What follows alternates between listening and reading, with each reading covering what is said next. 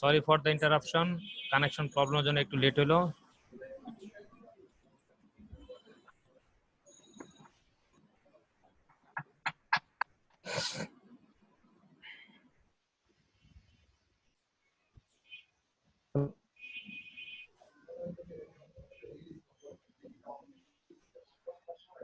আচ্ছা আমরা কোথায় হ্যাঁ আমরা কোথায় ছিলাম? আমরা হচ্ছে টাইপ টুলের মধ্যে ছিলাম। হ্যাঁ হরিজন্টাল টেক্সট। হ্যাঁ ঠিক আছে, আমরা আবার শুরু করতেছি। তো টাইপ টুলের প্রথম দুইটা অপশন হচ্ছে, একটা হচ্ছে আপনার ভার্টিক্যাল টাইপ টুল, একটা হচ্ছে হরিজন্টাল টাইপ টুল। স্ট্রেট লাইন লেখা আর লম্বালম্বি লাইন টাইপ করা, এই দুইটার কাজ হচ্ছে এভাবে। আর ভার্টিক্যাল টাইপ মাস্ক টুল আমরা সিলেক্ট করলাম। তো এখন আমরা ভার্টিক্যালি লিখি।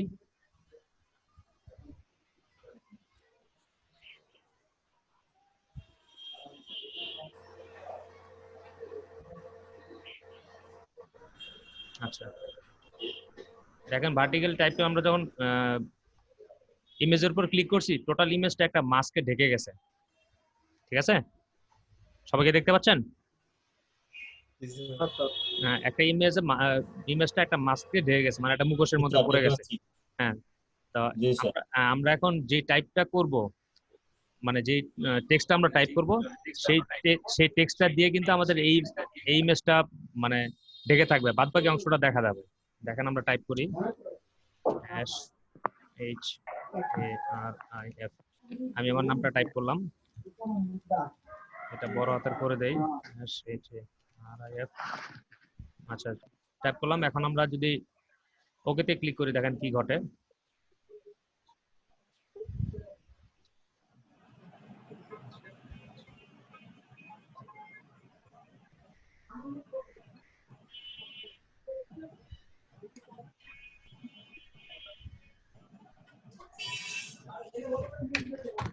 কি করছে, আমাদের যেই টেক্সট গুলো আমরা টাইপ করছিলাম সেই টাইপ করা অংশগুলো সিলেক্টেড হয়ে আছে। এখন যদি আমরা এটাকে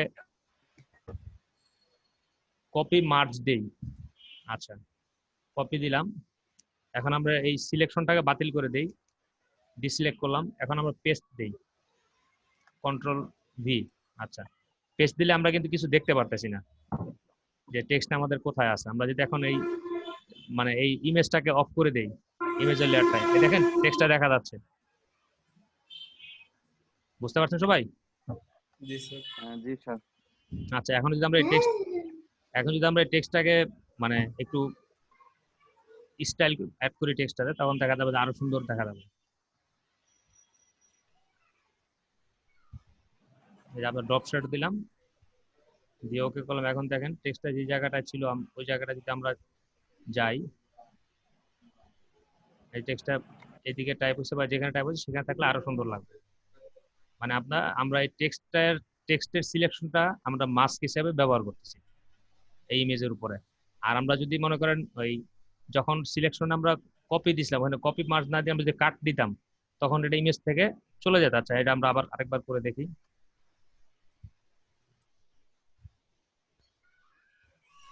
আমরা এবার হরিজন্টালি টাইপ করি,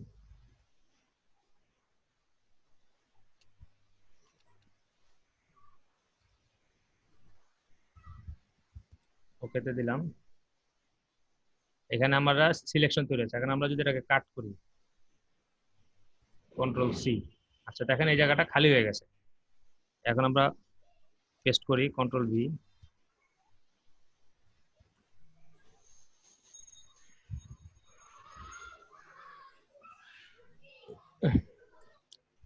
আপনারা দেখতে পাচ্ছেন এই টেক্সটটা কপি হয়ে এখানে আছে। এখন যদি আমরা মুভ টুল দিয়ে আমরা টেক্সটটাকে তার পূর্বের জায়গায় নিয়ে বসাই দিই,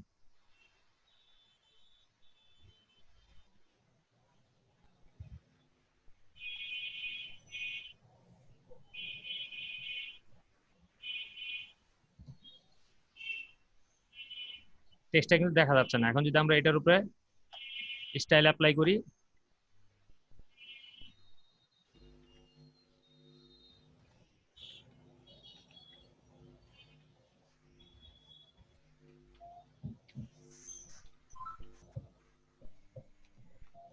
দেখছেন এটা হচ্ছে হরিজন্টাল আর ভার্টিক্যাল হচ্ছে লম্বালম্বি। লম্বালম্বি। হ্যাঁ, এটা পারবেন না? জি স্যার।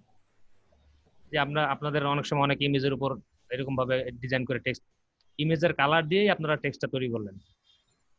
তো সেজন্য ইমেজের উপর একটা মাস্ক নিলেন, মাস্ক নিয়ে আপনারা টেক্সট টাইপ করলেন, ওই টেক্সটটা দিয়ে আপনারা সিলেকশন তৈরি করলেন, এরপর ওই সিলেকশনটাকে আপনারা স্টাইল অ্যাপ্লাই করলে তখন টেক্সটের উপর ওইটা মানে ওই টেক্সট ইমেজেরই অংশ দিয়ে আমরা টেক্সট টাইপ করলাম।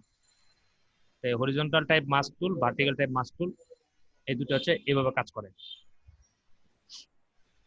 আর এখানকার এই অপশনগুলো তো সবাইকে দেখাইছি, এটা ওয়ার্প করা, যখন এই ওয়ার্পটা কিন্তু এইখানে অ্যাপ্লাই হবে না। দেখেন এটা ইনভিজিবল অবস্থায় আছে। আমরা এখানে যখন টাইপ করছি স্টাইল দিয়েছি, এটা কিন্তু ইনভিজিবল অবস্থা আছে। এটা কাজ করবে কখন? আমাদের এই দুইটা অপশনের ক্ষেত্রে। দেখেন আমরা এখন টেক্সট টুলে। এখন আমরা মানে vertical text tool, horizontal text tool, mask টুলের ক্ষেত্রে কাজ করবে না। এই যে এখন আমরা এই যে ভিজিবল অবস্থায় আছে, ওয়ার্প যে অপশনটা আছে আর কি,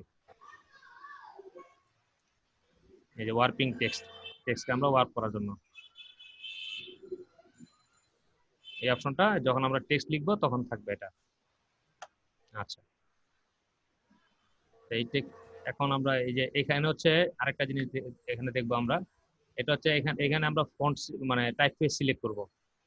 আপনার কম্পিউটারে যেই টাইপ ফেস গুলো ইনস্টল করা আছে সেগুলোর সব লিস্ট এখানে আসবে।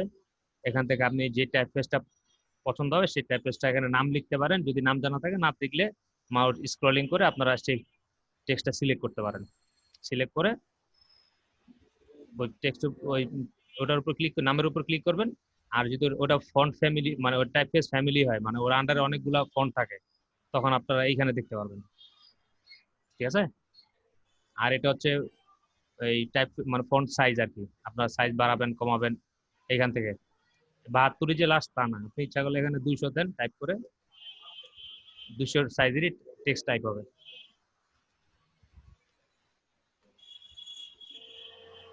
এবার ওকেতে ক্লিক করেন।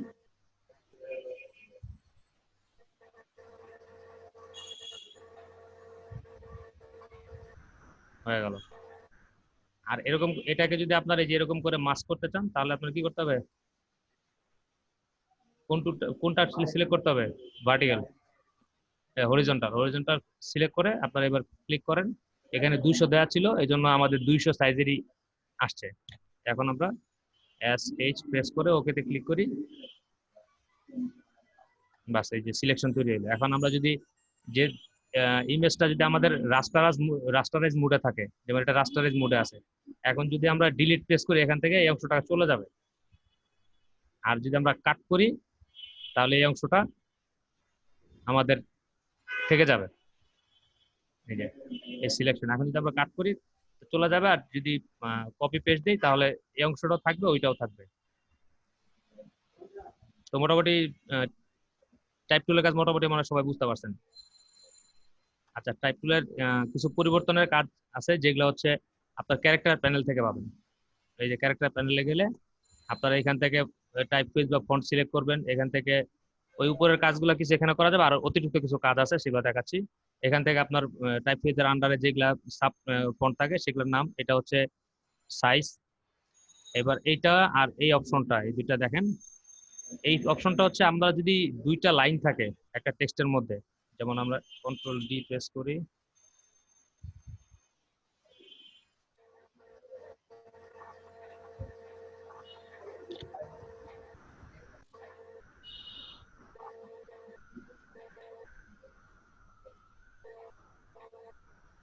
ইমেজটা ইনভিজিবল করে দেই। এখন আমরা টাইপ করি একটু,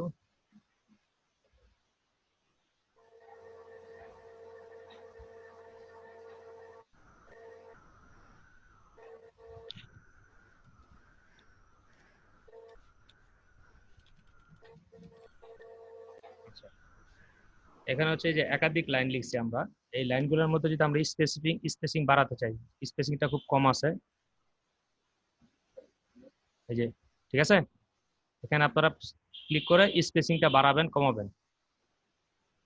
অটোতে থাকলে একরকম হবে, আর এখানে আপনারা ইচ্ছা করলে প্রয়োজন মতো বাড়াতে পারেন, যে 72-এর বেশি বাড়াতে চান সেটা আপনারা এই যে স্ক্রু সিলেক্ট করে পয়েন্টার দিয়ে মাউস পয়েন্ট অ্যারো কি দিয়ে উপরে দিবেন বাড়তে থাকবে, অ্যারো কি দিয়ে নিচে দিবেন কমতে থাকবে।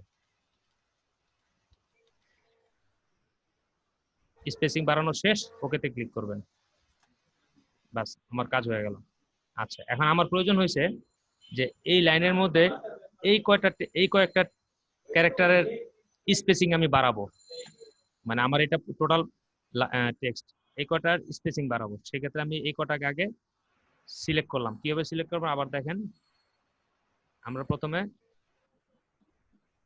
লেয়ার প্যানেলে যাব, লেয়ার প্যানেলে যায় আমরা টেক্সট ট্যাব টু সিলেক্ট করব, তারপরে এখানে ক্লিক করব, ক্লিক করলে আমাদের পয়েন্টারটা আসবে। এবার আমরা এই কয়েকটা ক্যারেক্টার সিলেক্ট করলাম, এগুলো স্পেসিং বাড়াবো কমাবো সেটা কিভাবে করব, এই যে এটা 0 থাকলে নরমাল, এখন আপনি 0 থেকে যত বাড়াবেন উপরের দিকে দিলে বাড়তে থাকবে, নিচের দিকে নিলে কমতে থাকবে।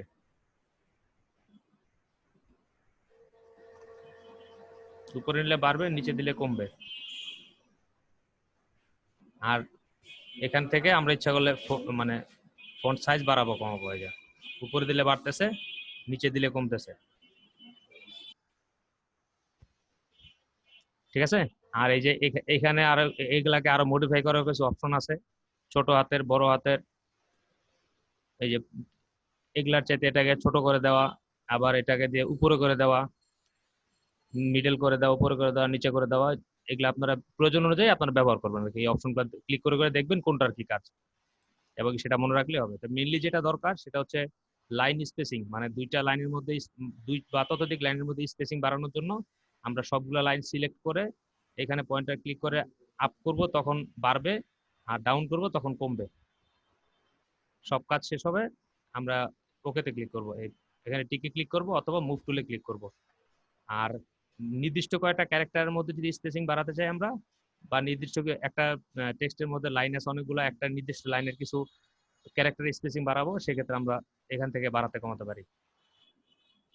Am I clear? G sir. কারো কি এতটুকু বুঝতে সমস্যা সমস্যা হচ্ছে? No, sir. না ভাইয়া। আচ্ছা ঠিক আছে, তারপরে অপশনে আমরা চলে যাই তাহলে। আচ্ছা, এবার হচ্ছে আপনারা আমরা শেপ টুল, আর কি শেপ টুলের শর্টকাট কমান্ড হচ্ছে ইউ। আচ্ছা, শেপ টুল এখানে কয়টা অপশন আছে, মানে আমরা শেপ ড্র করব এটার মাধ্যমে। Rectangular, rounded rectangular, ellipse, polygonal, line tool, আর custom shape tool. Custom shape tool বলতে মানে যে শেপগুলা বাই ডিফল্ট অন্য কোথাও তৈরি করা আছে, আমাদের এই সফটওয়্যারের মধ্যে আছে, বা আপনারা যদি বাইরে কোনো সাইট থেকে আপনারা শেপ নিয়ে আসেন, সেটাকে এই সফটওয়্যার ভিতরে ইনপুট করে সেটা এখানে ড্র করতে পারবেন। আচ্ছা, আমরা প্রথমে দেখি রেক্টেঙ্গুলার টুল, মানে চারকোনা টুল।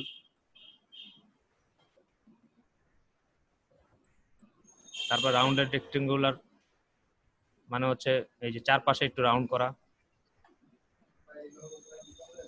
তারপরে ইলিপস হচ্ছে গোলাকৃতি, শিপ ধরলে গোল হবে, অল শিপ ধরলে সেন্টার থেকে গোল হবে। আমরা শিপ ধরে করলাম। তারপরে হচ্ছে পলিগনাল,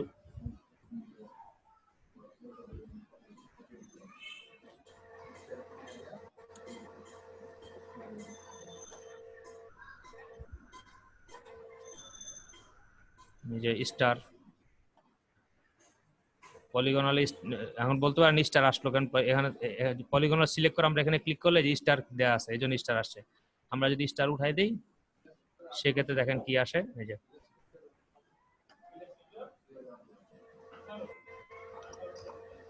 ঠিক আছে।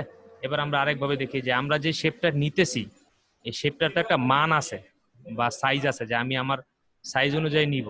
তো সেই ক্ষেত্রে আপনারা আগে রাউন্ডেড রেক্টেঙ্গুলার বা যে শেপটা নেবেন সেটাতে ক্লিক করেন, ক্লিক করে আপনারা এই এখানে এসে আপনারা ক্লিক করেন, ক্লিক করার পরে যে আপনাকে অপশন দিচ্ছে যে আপনি কি সাইজের নেবেন। এটা এবং বেশিরভাগ এখানে থাকে হচ্ছে পিক্সেলে। আপনারা যেমন 200 বাই 200 পিক্সেল বা 400 বাই 400 পিক্সেল বা 800 বাই 200 পিক্সেল, মানে আপনার যে সাইজ হবে, মানে উইথটা কত হবে আর হাইটটা কত হবে। আর এটা হচ্ছে ফ্রম সেন্টার, মানে এই এখানকার সেন্টার থেকে কাজটা হবে আর কি আমাদের। আমরা এখানে যদি মনে করেন 400 বাই 250 একটা শেপ নেই, এই যে এই শেপটার সাইজ হচ্ছে 400 বাই 250। এখন আমরা যখন দেখেন প্রতিবার শেপ ক্রিয়েট করতেছি, তখন এই একটা প্রপার্টিস অপশন আমাদের কাছে আসতেছে।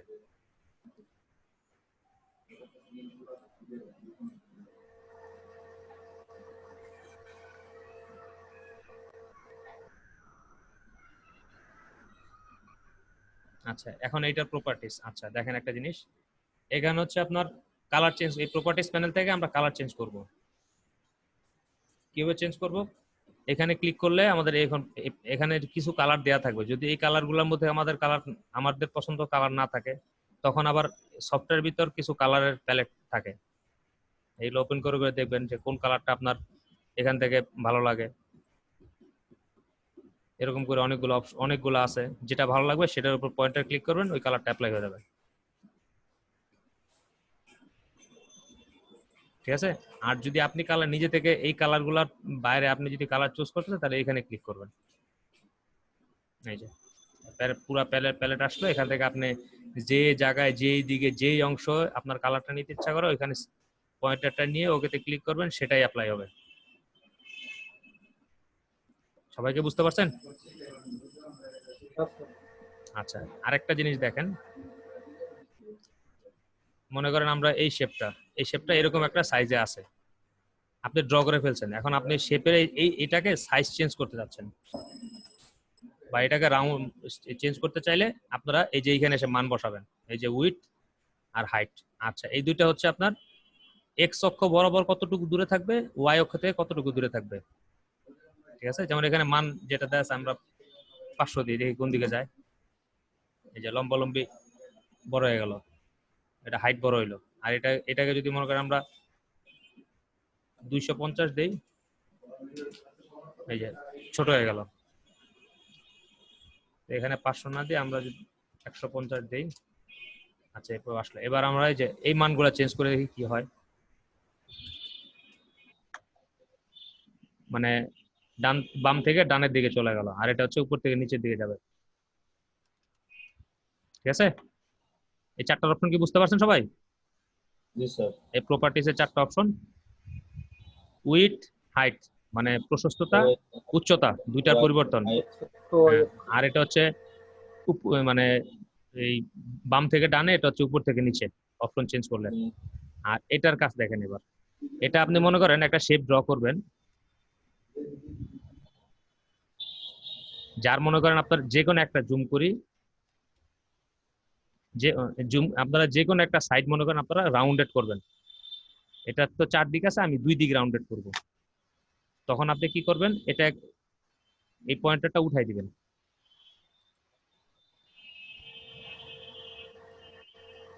উঠাই দিয়ে আপনারা মনে করেন এবার 30 এটা হচ্ছে ওই যে একদিকে চেঞ্জ হয়েছে, আবার এখানে 30 দেন,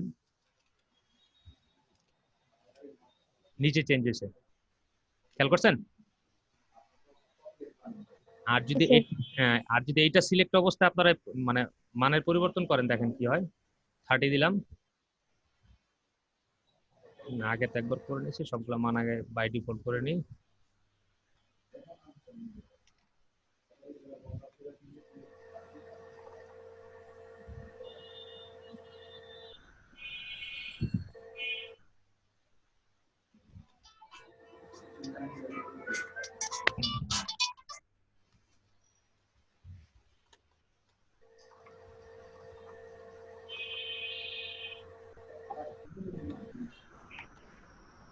এই যে এখন এটা মনে করেন সিলেক্ট থাকা অবস্থা, আমরা মানের পরিবর্তন করি। 30 30 মানে 30 পিক্সেল দিলাম, রেডিয়াস, এটা 4 দিক থেকেই স্কোয়ার হয়েছে, ঠিক আছে? হুম। তাহলে এইটা রাখা অবস্থায় যদি আপনারা এখানে যে কোনো একটা জায়গায় মানে পরিবর্তন করেন, চারপাশেই পরিবর্তন হবে। আর এটা উঠায় যদি যে অংশে মান মানে মান চেঞ্জ করবেন, শুধু সেই সাইডটাই পরিবর্তন হবে। এই যে এটার চারপাশ, মনে করেন এটার চারপাশ, এখন আপনি এইখানে মান দিলে এই কোণা পরিবর্তন হবে, এইখানে দিলে এই কোণা পরিবর্তন হবে, এইখানে দিলে এই কোণা, এখানে দিলে এই কোণা। বাস, এটা আমাদের মানে কাজের জন্য এক এক সময় এক একটা প্রয়োজন হবে, আমরা সেই অনুযায়ী কাজ করব। আচ্ছা, এবার হচ্ছে স্ট্রোক। এটা হচ্ছে আপনার একটা শেপের চারপাশে আমরা আবার যদি একটা বর্ডার তৈরি করি, সেটাকে আমরা বলি আসলে স্ট্রোক। আচ্ছা, স্ট্রোকটা নেওয়ার জন্য আমরা কি করব? এখন এই যে এই আমরা রেক্টেঙ্গুলার প্যানেলে ক্লিক করার পরে আমাদের এখানে এই কালারটা, যে কালার দিয়ে শেপ হচ্ছে সেই কালারটা দেখাচ্ছে। পাশে একটা জিনিস দেখাচ্ছে, এটা স্ট্রোক। এটাকে দেখেন লাল দিয়ে ক্রস করা আছে, মানে হচ্ছে স্ট্রোক কালার নান। স্ট্রোক কিন্তু বাই ডিফল্ট থাকে, কিন্তু এটা নান করে দেওয়া আছে। এখন এটাকে আমরা প্রথমে কালার দিই একটা নীল কালার। আচ্ছা, কালার দেওয়ার পরে এই মানের পরিবর্তনটা করি। এই যে মানের পরিবর্তন, এখান থেকে আমরা এই যে দেখছেন স্ট্রোক তৈরি হচ্ছে কিন্তু।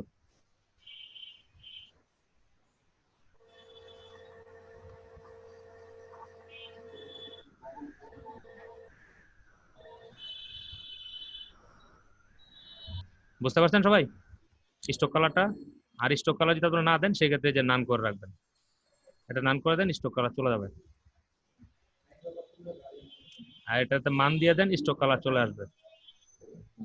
আর এই স্ট্রোকের মধ্যে আবার একটু ডিজাইন করার অপশন আছে। উপরেরটা সিলেক্ট করা ছিল একরকম, এই যে নিচেরটা সিলেক্ট করলে এই দেখেন ভাঙা ভাঙা হবে। তারপরে এটা সিলেক্ট করেন, এটা আরেক ধরনের হবে।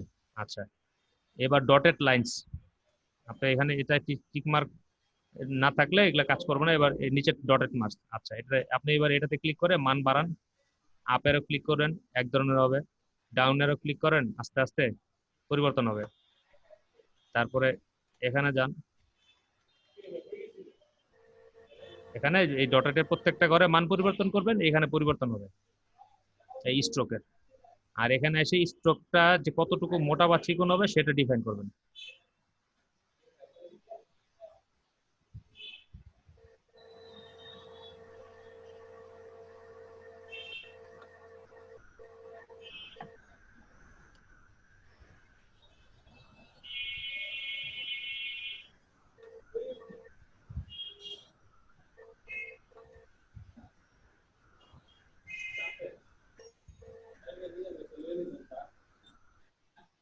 সবাই কি বুঝতে পারছেন? স্ট্রোক আর ফিল আর কালার কিভাবে দিতে হয়। এখানে কালার অ্যাপ্লাই করার সবগুলো অপশন দেখাইছি। যেখান থেকে আপনার যে কোনো কালার পছন্দ হয় সেটা দিবেন, পছন্দ না হলে এখানে বাই ডিফল্ট কতগুলো কালার প্যালেট আছে সেগুলো ওপেন করে সেখান থেকে কালার সিলেক্ট করে কালার দিবেন। অথবা এগুলাও যদি না হয়, আপনি কালার পিকারটা একদম যত কালার আছে সব কালারের কম্বিনেশন যেখানে থাকে সেটা এনে আপনি এখান থেকে আপনার মতো নীল কালারের লাইট ভার্সন দিবেন, না ডার্ক ভার্সন দিবেন, না গ্রে অপশন দিবেন, সেগুলো আপনি সিলেক্ট করে আপনি কালার অ্যাপ্লাই করবেন।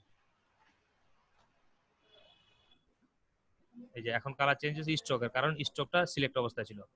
এখন যদি ফিল কালার সিলেক্ট অবস্থা থাকে, এখন আমরা কালার দিলে ফিল কালারে কালার আসবে।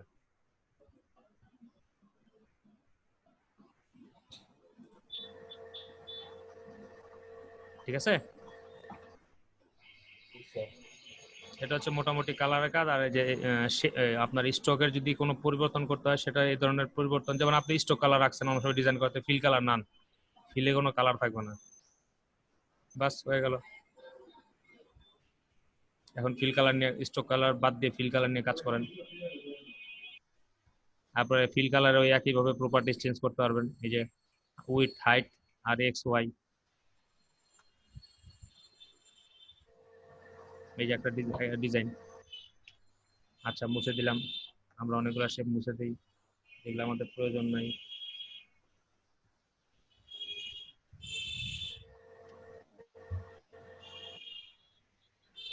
এই শেপ টুলের তিনটা দেখলাম। আচ্ছা, পলিগনের এখানে দেখেন, এখানে যে স্টার দিলে স্টার শেপ হবে, আর যদি আপনি স্টার না দেন তাহলে এখানে মানে কয়টা ঘর হবে এটা আপনি ডিফাইন করেন। যেমন মনে করেন আমি এখানে পলিগনে আমরা নরমালি লাইন লাইন থাকে কয়টা, একটা দুইটা তিনটা চারটা পাঁচটা ছয়টা, এখানে 6 দেন, 6 দিয়ে 100/100 না দিয়ে আমরা 300/300 মানে স্কোয়ার সাইজের পলিগন নেই, স্টার কিন্তু দেইনি, স্টার না দিলে যে এরকম এটা আসলো, এটা একটা পলিগন।